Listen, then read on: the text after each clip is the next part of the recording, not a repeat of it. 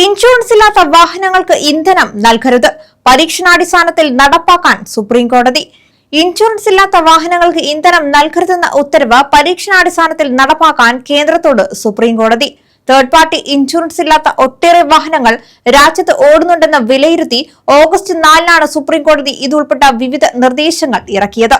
ഇക്കാര്യത്തിൽ പെട്രോളിയം മന്ത്രാലയത്തിന് ചില ആശങ്കകളുണ്ടെന്ന് കേന്ദ്ര സർക്കാർ ബുധനാഴ്ച അറിയിച്ചപ്പോഴാണ് പരീക്ഷണാടിസ്ഥാനത്തിൽ നടപ്പാക്കാൻ കോടതി ആവശ്യപ്പെട്ടത്.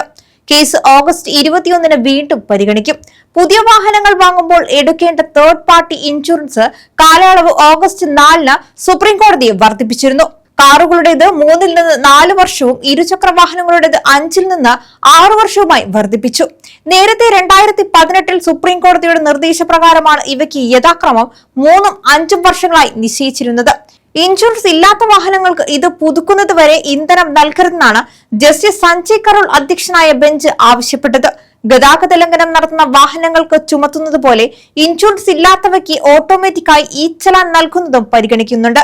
ഇന്ത്യയിലോടുന്ന വാഹനങ്ങളിൽ 56% ഇൻഷുറൻസ് ഇല്ലെന്ന പാർലമെന്റിലെ സ്റ്റാൻഡിംഗ് കമ്മിറ്റി റിപ്പോർട്ടും സുപ്രീം കോടതി ചൂണ്ടിക്കാട്ടി.